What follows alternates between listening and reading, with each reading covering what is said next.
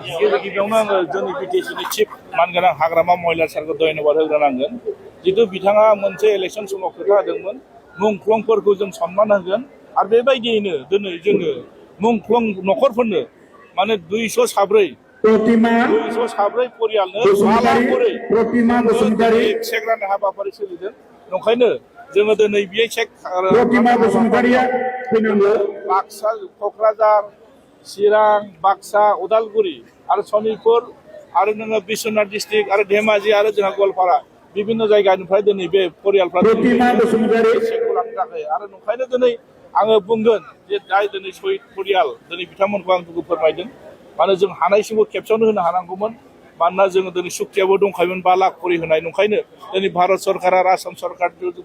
माने नैबे जोंहा सरकार जानायाथ' गासै 8 माल'सो जादों नङा होमबा बिनि गेजेरजों प्रेसार होनानै गासै 10 कोटि जोंहा 20 लाख थाखा मोनबोदोंमोन बे 10 कोटि 20 लाख थाखाखौ जोङो गासै 204 जननो होदों ओंखायनो दिनै जों बेस वाइसआव जोंनि सरकारनि हानायसिमबो जोङो होनो थाखाय सेस्था खालामगोन आरो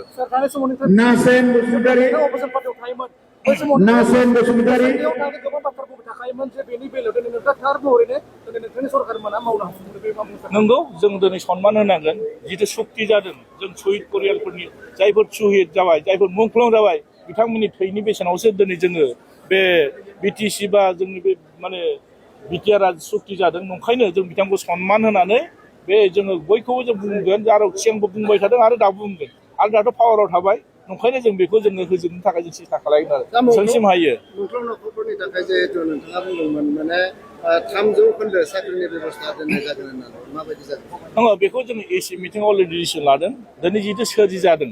मुंख्लंफोरनि थाखाय दिनै जितु सोरजि जादों नङा होमबा बिएससियानो जा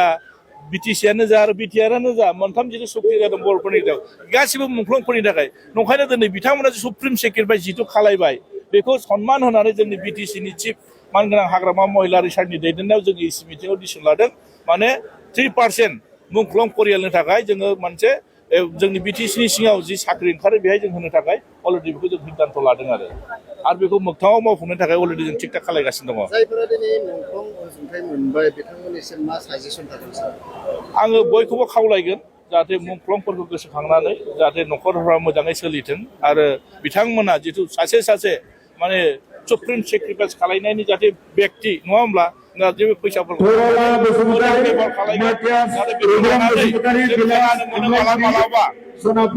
बे फैसाखौ लानानै सोरबा बिनि सायाव एसे भाग नागिरलाबायनायखौ जों खोनायो जाय बेक्तिया मोननांगौ बे मोनथों आं बेखौनो खावलायगोन आरो